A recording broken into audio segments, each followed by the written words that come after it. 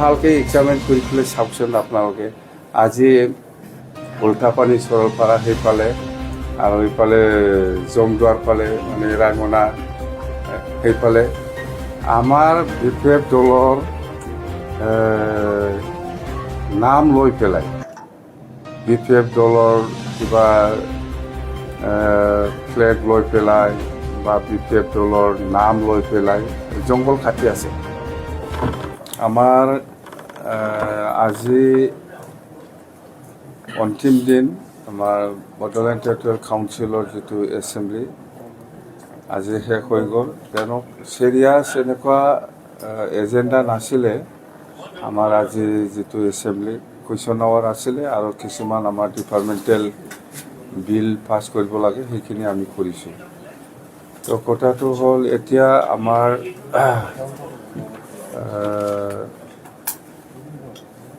অহা 5 তাৰিখত আমাৰ যিটো BPF দলৰ যিটো মাছ গেডাৰিং হ'ব সেইটো লৈ জনাব লগা কথা আছে। মুঠতে আমি 50,000তকৈ বেছি আমি মাছ গেডাৰিং কৰিবৰ কাৰণে আমি আমাৰ BPF দলৰ সকলো কৰ্মীসকলক আমি জনাইছোঁ।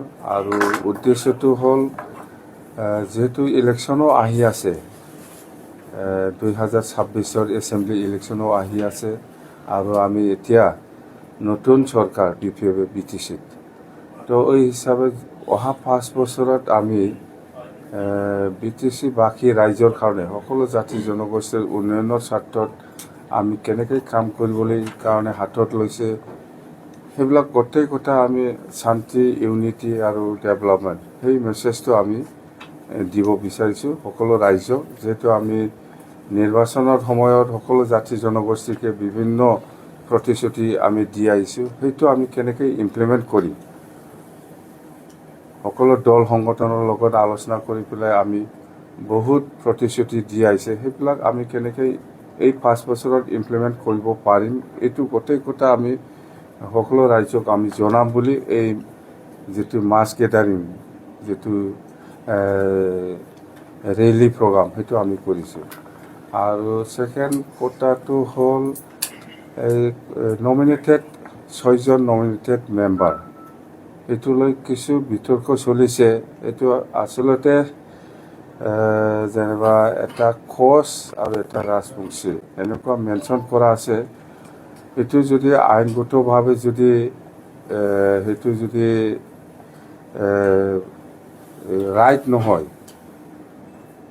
বেআইনী হৈছে, তেতিয়া সেইটো আমি গভৰ্ণৰ ডাঙৰীয়াক বা অসম চৰকাৰক আকৌ ৰিকুৱেষ্ট কৰি পেলাই সেইটো আমি কাৰেক্ট কৰিবৰ কাৰণে আমি ইতিমধ্যে আমাৰ মাজত আলোচনা হৈছে। যিহেতু আমি দিছিলোঁ যেনিবা হেমপ্ৰভা দেৱীক আমি ভাবিছিলোঁ যে শৰণীয়া কছাৰী হিচাপে আমি দিম বুলি। তো ইয়াত নটিফিকেশ্যনত এনেকুৱা আহিছে কোচ হিচাপে। তো ইয়াত আমাৰ অলপ আমাৰ মাজত ভুল বুজাবুজি হৈছে, এইটো আমি সমাধান কৰি ল'ম। তো কোচ ৰাজবংশী হিচাপেতো আমাৰ পৰমেশ্বৰ ৰায় আছে আৰু আকৌ কোচ হিচাপে হেমপ্ৰভা দেৱী বাইদেউক নমিনেটেড কৰা হ'ল। এতিয়া সেইটো লৈ অলপ আমাৰ মাজত ভুল বুজাবুজি হৈছে, এইটো আমি কাৰেকশ্যন কৰি ল'ম। যদি ভুল হৈছে এইটো আমি আইনগতভাৱে আমি চাম, যদি কেঞ্চেল কৰিব লাগে আমি কেঞ্চেল কৰিম, এইটো স্পষ্ট কথা। বিভিন্ন মহলৰ পৰা এইটো ৰিয়েকশ্যন আহি আছে। কোচ ৰাজবংশী এটাই জাতি, কিন্তু নমিনেশ্যনত নটিফিকেশ্যনত কোচ হিচাপে এজন আৰু ৰাজবংশী হিচাপে এজন আহিছে, সেইটো আমি কাৰেকশ্যন কৰি ল'ম। আজিৰ ভিতৰত আমি আলোচনা কৰি ল'ম অসম চৰকাৰৰ লগত, এইটো ঠিক হৈ যাব। আৰু আমি অহা 5 তাৰিখত যিটো BPF দলৰ যিটো মাছ গেডাৰিং, ইয়াত আমি যদি যিহেতু আমি NDA হিচাপে চৰকাৰ চলোৱাৰ নিচিনা হৈ আছে এতিয়া, সেইকাৰণে BJP দলৰ কৰ্মকৰ্তাসকলকো আমি আহ্বান জনাইছোঁ, ইহঁতেও যদি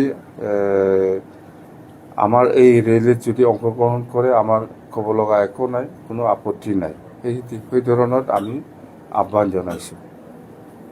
নিশ্চয় আহিব, বিজেপি দলৰ বহুত কৰ্মকৰ্তাসকলেও নিশ্চয় আহিব। আমি যিহেতু আহ্বান জনাইছে, স্পেচিয়েলি এই প্ৰগ্ৰামটো হ'ল BPF দলৰ, তথাপিও আমি বিজেপি দলৰ কৰ্মকৰ্তাসকলক আমি আহ্বান জনাইছোঁ যে আমাৰ ৰেলীত যদি যোগদান কৰিব ইচ্ছা আছে, যোগদান কৰিব পাৰিব বুলি কথা সেইটো। নাই, দুজন EMটো এই যে মই যে অলপ আগত কৈছে, ইয়াত অলপ কাৰেকশ্যন কৰিব লগা আছে, সেইকাৰণে আমি আজি দিব নোৱাৰিলোঁ। সেইটো কাৰেকশ্যন কৰি ল'ম, বাছ ইয়াৰ পিছত আমি EMটো দি দিম কথা হৈছিল। এডিশ্যনেল বাজেট মানে আমাৰ SD বাজেট এপ্ৰিললৈকে চলাবৰ কাৰণে আমাক অসম চৰকাৰে দিছে 250 crore, সেইটোৱে। আৰু আমাৰ 2025-26 যিটো SOBT, ইয়াত প্ৰমোদ বড়ো আগৰ চৰকাৰৰ 260 কিছুমান প্ৰজেক্ট ধৰা আছে, সেই পইচাটো ৰিলিজ হোৱা নাছিলে প্ৰমোদ বড়োৰ দিনত 260 crore। এইবাৰ যিহেতু আমাৰ দিনত, নতুন চৰকাৰৰ দিনত এইবাৰ ৰিলিজ কৰিব, সেইটো যদি হিচাপ কৰে তেতিয়াহ'লে 510 হয়, 510 কোটি পোৱা নিচিনা হৈছে আমি। কিন্তু 260টো প্ৰমোদ বড়োৰ দিনতে ৰিলিজ কৰিব লাগিছিল, সেই পইচাটো ৰিলিজ হোৱা নাই, এইবাৰ ৰিলিজ কৰিব। তো সেইটোকে ধৰি আমি এতিয়া SD বাজেট হিচাপে 510 পাইছে বুলি আমি ধৰিব পাৰিম। কিন্তু কিছুমান স্কিম ধৰা আছে, কিছুমানটো প্ৰমোদ বড়োৰ দিনত যিখিনি কিছুমান স্কিম ধৰিছে, সেইবিলাক কিছুমানটো ঠিকে আছে, সেইটো আমি কেঞ্চেল নকৰিম, কিন্তু কিছুমানটো কেঞ্চেল হ'ব। বাকী আপোনাৰ দ্বিতীয়তে ধৰক এইবাৰ এছেম্বলিত, যিহেতু অসম এছেম্বলিত ফেব্ৰুৱাৰী মাহত ভোট অন একাউণ্ট হ'ব, গতিকে ফিউচাৰত চলোৱাৰ কাৰণে নাই, এইটো পৰ্ট অফ একাউণ্ট হ'ব না ফুল ফ্লেজেড বাজেট হ'ব মই নাজানো। মুঠতে ফেব্ৰুৱাৰী মাহত এটা আৰু 2026-27 কাৰণে ফুল ফ্লেজেড বাজেট ছেশ্যন হ'ব, বাজেট হ'ব বুলিহে মই জানো। তো এতিয়া আমি ফেব্ৰুৱাৰী মাহত আমাৰ যিটো 26-27 যিটো ফুল বাজেট হ'ব, ইয়াত আমাৰ যিখিনি পাব লাগে ইয়াতকৈ আমাৰ 10% এনহেঞ্চ আমি কৰিম। এইটো ছিষ্টেমত আছে, 10% এনহেঞ্চ হৈ পেলাই আমাৰ বাজেটটো আহিব বুলি আমি কামনা কৰিছোঁ বা আমি ডিমাণ্ড দিওঁ। এইটো এটা ছিষ্টেম হৈ গ'ল, প্ৰত্যেক বাজেটত বছৰে বছৰে 10% এনহেঞ্চ হ'ব লাগে, এইটো ধৰা বান্ধা। কিন্তু প্ৰমোদ বড়োৰ দিনত এইটো হোৱা নাছিল, আকৌ আমি বেক হৈ গ'ল 5 বছৰ। এতিয়া আমি সেই 5 বছৰত যিখিনি 10% গেপ হৈ আছে 5 বছৰত, সেইটো মেকআপ কৰি পেলাই আজিৰ দিনত কিমান হয় সেইটো যোগ কৰি পেলাই আমি এই বাজেটটো আমাৰ BTC পৰা যাব। আৰু এটা কথা কৈছে যে প্ৰধানমন্ত্ৰী নৰেন্দ্ৰ মোদী ডাঙৰীয়া জানুৱাৰী মাহত অহাৰ কথা, গতিকে আপুনি প্ৰধানমন্ত্ৰীক লগ ধৰিবলৈ যাব নেকি সাক্ষাৎ কৰাৰ কাৰণে? আৰু প্ৰধানমন্ত্ৰী ডাঙৰীয়াই আমাৰ ভাৰতৰ প্ৰধানমন্ত্ৰী ডাঙৰীয়াই জানুৱাৰী মাহৰ অহাৰ কথা। এইটো হ'ল আমি যেতিয়া নেকি BTC চুক্তি কৰিছিলে 2003 চনৰ 10 ফেব্ৰুৱাৰী, ইয়াত আগত যিখিনি আমাৰ আলোচনা আছিলে, যেনিবা Indo Bhutan national highway, Kokrajhar to গেলেমপুৰ ৰেলৱে, আৰু পাঠশালা টু এইফালে নাংলাম ৰেলৱে, আৰু ৰঙিয়া টু চান্দুপজংকাৰ ৰেলৱে ষ্টেচন হ'ব লাগে, এইবিলাক প্ৰপ'জাল আগতে দিয়া। কিন্তু আজি এইটো খুব আমাৰ কাৰণে খুব ভাগ্য ভাল বুলি আমি ক'ব লাগিব। মুঠতে আমি যিমানটো জানো, জানুৱাৰী মাহত প্ৰধানমন্ত্ৰী নৰেন্দ্ৰ মোদী ডাঙৰীয়াই এই ৰেল কোকৰাঝাৰ টু গেলেমপুৰ যিটো ৰেল লাইন, সেইটো অপেনিং কৰি পেলাই, ফাউণ্ডেশ্যন কৰি পেলাই যাব। সাক্ষাৎ কৰিব যাব নেকি প্ৰাইম মিনিষ্টাৰক খুব সোনকালে? নাই, এনেকুৱা প্ৰগ্ৰাম নাই। যদি দৰকাৰ আছে যাব, কিন্তু আজিৰ দিনত আমি এনেকুৱা ইমাৰ্জেঞ্চি লগ কৰিব লগা এনেকুৱা ইছ্যু মই দেখা নাই।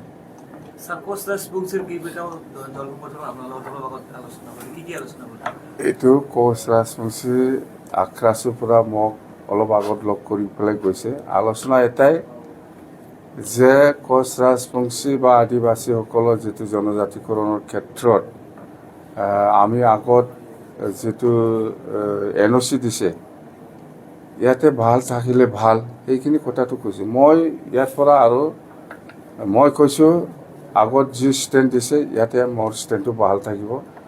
কথা সেইটোৱে, জনগোষ্ঠী দিয়াৰ ক্ষেত্ৰত আমাৰ কোনো আপত্তি নাই, কিন্তু এক্সিষ্টিং ট্ৰাইবেলে একো ক্ষতি হ'ব নালাগে। সেইটোৱে আগত যি আছে সেইটোৱে। ইয়াত এক ইঞ্চিও আগবাঢ়ি যোৱা নাই, এক ইঞ্চিও পিছোৱা নাই মই। কথা সেইটোৱে। আপোনাৰ বৰমাত 5 তাৰিখে মাছৰেলি, তাৰপিছত 26ৰো নিৰ্বাচন আহিব। 15টা আসন, আগতে আছিল 12টা BTC, এতিয়া 15টা হ'ল। কেনেকুৱা হ'ব ৰণনীতি? ৰণনীতি আমাৰ NDA হিচাপে হ'ব। গোটেই অসমত NDA হিচাপে 126টা ছিট আছে। 126টা ছিটত আমি একেলগে ছিটটো বিতৰণ কৰি পেলাই কোনটো ছিটত কোন সমষ্টিত BPF খেলিব সেইটো আজিৰ দিনত আলোচনা কৰা নাই। মুঠতে আমি BPF দল হিচাপে 15টা ছিটত খেলে না ইয়াতকৈ বেছি ছিটত খেলে, সেইটো আমাৰ দলৰ মাজত আলোচনা হ'ব। মুঠতে আমাৰ প্ৰিপাৰেশ্যন ভাল। আমি কৈছোঁ যে BTC নিৰ্বাচনৰ যিটো প্ৰচাৰ, এই প্ৰচাৰৰ সময়তো আমি BTC বাকী ৰাইজৰ কাৰণে কি কৰিম নকৰিম সেইবিলাক গোটেই কথা আমি প্ৰচাৰ কৰিছে। এই হিচাপত আমি আজিলৈকেও একে ষ্টেণ্ড, আৰু আমি অতি সোনকালে ৰাইজক যেনেকৈ আমি কৈছোঁ যে 2005 চনটো ভিত্তি কৰি পেলাই সকলোকে মাটিৰ পাত্তা দিয়া যাব, সেইটো আমাৰ ষ্টেণ্ড আজিলৈকেও আছে। আৰু আমি প্ৰত্যেক চাৰ্কেল আমাৰ ৰিটায়াৰ্ড মণ্ডল বা ৰিটায়াৰ্ড খানাগড় ইহঁতক নিযুক্তি দিয়া হৈছে। অতি সোনকালে ইহঁতে কামটো আৰম্ভ কৰিব। কথা সেইটোৱে। আৰু আমি যেনিবা ইয়াং ল'ৰা ছোৱালীসকলৰ, বেকাৰ ল'ৰা ছোৱালীসকলৰ কাৰণে 100 crore ব্যৱহাৰ কৰিম বুলি কৈছে। সেইটো আমি বাজেটত ধৰিছোঁ। এইটো আমি ফেব্ৰুৱাৰী প্ৰথম সপ্তাহতে আমি আৰম্ভ কৰিম। আৰু গৰীব দুখীয়াসকলৰ কাৰণে আমি 50 কোটি ধৰিম বুলি কৈছিল। এইটো আমি অলৰেডি ধৰা হৈছে। আৰু চেল্ফ হেল্প গ্ৰুপৰ কাৰণে 50 কোটি, সেইবিলাক চব মুঠতে ইলেকশ্যনত আমি যিটো কমিটমেণ্ট দিছে সেইটো আমি কাম কৰিম। আমি পিছুৱাই যোৱা নাই। কথা সেইটোৱে। অৰুণোদয়টো প্ৰমোদ বড়োৰ দিনত বহুত ফিল আপ কৰি গ'ল। কিছুমান ডাবল আছে, সেইবিলাক কেঞ্চেল হৈছে বুলি আমি জানো। মুঠতে অৰুণোদয়ৰ ক্ষেত্ৰত আমি জাষ্ট চাব পাৰিছোঁ কোনটো সঁচা কোনটো মিছা, সেইটো আমি কাৰেকশ্যন কৰি আছোঁ। বহুত কেঞ্চেল হৈ গ'ল।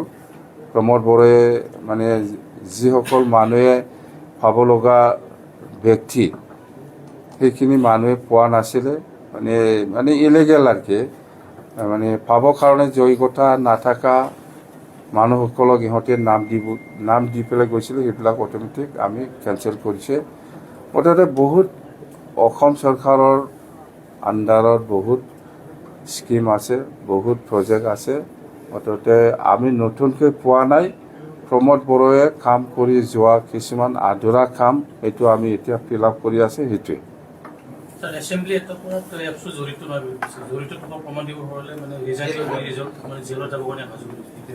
মই কি কৈছে জানে, আপচু প্ৰেচিডেণ্ট বা আপচুৱে যদি কয় আমি কৰিছে বুলি যদি কয়, তেতিয়াহে মই মানিব পাৰিলে হয়। ইহঁতে কৰা নাই। ইহঁতে কৰা নাই কৈছে না, ইহঁতে কৰিছে উল্টা। ইহঁতে ক'ব লাগিছিল হয় আমি আপচুৱে এই কামটো কৰিছে, তেতিয়া মই বিশ্বাস কৰিলে হয় ইহঁতে কৰা নাই। বুজিছে? ইহঁতে কৰা নাই বুলি কৈছে, তাৰমানে কৰিছে উল্টাহে। ইহঁতে একবাৰ ভালকৈ এক্সামিন কৰি পেলাই চাওকচোন আপোনালোকে। আজি উল্টাপানী চৰলপাৰা সেইফালে আৰু এইফালে জমদুৱাৰ ফালে, মানে ৰায়মনা সেইফালে আমাৰ BPF দলৰ নাম লৈ পেলাই, BPF দলৰ কিবা ফ্লেগ লৈ পেলাই বা BPF দলৰ নাম লৈ পেলাই জংঘল কাটি আছে এইটো কোন হয়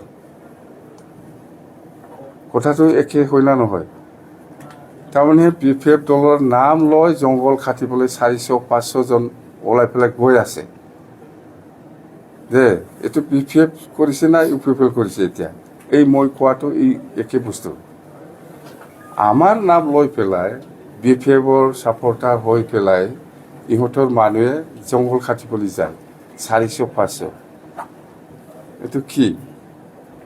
এইটো কি হ'ল